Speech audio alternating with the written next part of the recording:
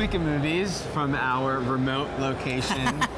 Secret, undisclosed. Look, wait, where are we? I know, We're there's going to something talk secret about this. Up, because we didn't have a chance to talk about it last week. True. And then we're going to talk about The Hangover. Yeah, we're at E3 right now, but we're talking movies. Well, we Nice. can't. That's what we do. We can't go a full week without talking movies. Dan's summer. little boy head would explode. It's the summer. I mean, Especially it's just, talking like about, crazy. especially a Pixar movie. I mean, let's be fair. A new Pixar movie and what you think is the greatest comedy of the summer, going to be the best comedy of the summer, which you haven't seen. You haven't seen. Ironically, I haven't seen. We'll get to my that. most excitement, but we'll talk about that. So Up is from, you know, the Pixar movies sort of, the makers come in pairs. So Brad Bird did The Incredibles and Ratatouille. Yep.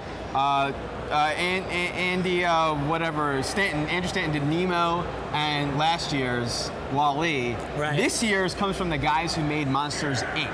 Oh, interesting. And Up is about an old man. That's how they're able to put out a movie a year. Right. You know, it's like, Right. They had, like, stagger it. teams. Yeah. Yeah. Up is about an old man Yeah. and a young boy Yeah. who somehow travel to a far-off land. Yeah. gonna be Now, how vague much of because this? it doesn't I was need gonna to be- say, how much of this? Whatever It's you a want to little do in creepy your when you put it I like always that. like to stay It is. vague in my description, but feel free It's to called say whatever you vague. want. It's how it's pronounced. Vague. So Mr. Vague, I will be as vague as I can be. how did you feel about Up? You know, I have to say, I'm a big Pixar fan, and I think at the end of the day, I really enjoyed this movie. It's released in 3D and 2D. And I had to see it in 2D, but I don't think that really has much of an effect on how I perceive a movie. Although it's exactly how I perceive the movie. But, so that said, I felt like this movie was, the themes of this movie sort of didn't fit with the audience of this movie. I felt like, because this movie starts out very sad, and I mean, it's very sad in sort of a life way of, this is life. I mean, it sort of made me kind of go like, God, life sucks at sometimes, like, and they did it just so that you could get into the mindset of this character to then go on this adventure with this character and see the character grow. And so I understand why it happened, but I really felt like it was a disconnect because it was so, the themes were so adult and it was so clearly not a movie made for adults. Though there are, as like any Pixar movie, there were things that adults could enjoy. So I think overall, I really liked this movie. You know, was it as good as some of the Pixar movies of the past, Ratatouille, Wall-E, The Incredibles, Nemo? I don't think so, but it definitely was better than most of the stuff that comes out of other 3D animation studios. But I liked it a lot. I also saw it in 2D, and I think my take on it is the complete inverse of yours. Interesting. I think the first 20 minutes of this movie is one of the most beautiful. If I'd only seen the first 20 minutes of this movie, I would have thought it was one of the most beautiful films I have ever seen. I was weeping, and there's a quote that I love that I think is one of the greatest quotes ever. It's by John Lennon, and he said, "Life is what happens while you're making other plans." Right. And I think that could be the byline of this movie.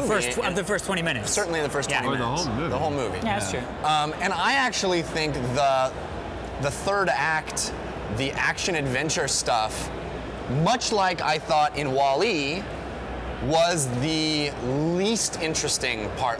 While I fully admit that the action adventure execution is top notch. The sequences themselves are very fun and inventive and wonderful to participate in. Yeah.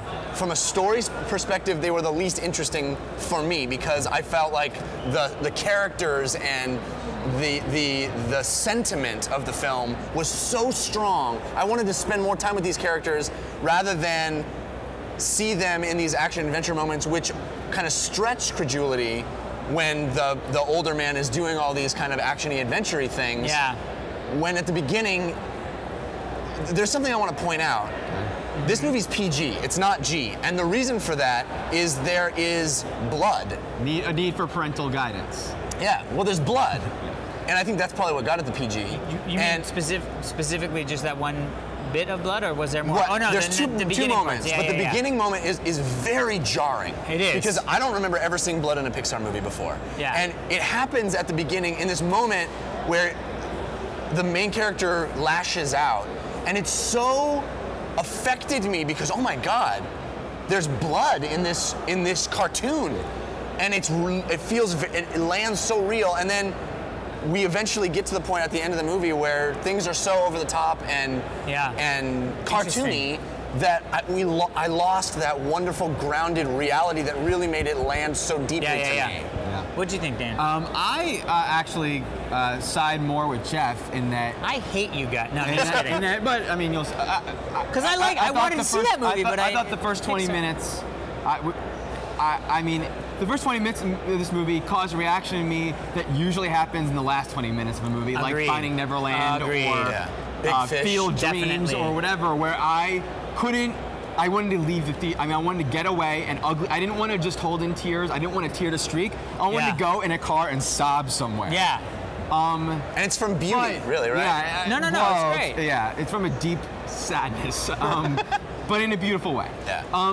But I really was bored with the rest of the movie. While there were spectacular moments, specifically the action sequences, I felt that Pixar usually takes the mundane and makes it fantastistical. Or fundane, I got you. Fundane. We explore the world of bugs. We explore the undersea world, and what's normally it's just fish and a thing. We now are like, oh my God, there's a whole world there that we relate to, and all that stuff. And this movie really is just a fantastical situation that's told in a fantastical way. Yeah. It was very un-Pixar for me. Yeah. Okay. Moving on. Well, because I did want to say real quick, Okay. I think both of those things would be good movies on their own. I really like the end stuff because that's more Pixar-y stuff that I was expecting. And so I like them both. The only reason why it sort of disaffected me from the movie was because the dramatic stuff at the beginning was so pitch perfect, that fit so well, and it landed so much. I didn't know that was what the movie was going to be for me, and that's why it was confusing. I thought it was amazing, the beginning part. So I don't want people walking away going, well, Alex didn't like the part where there was all realistic and cool. I know, but they might have. Okay. So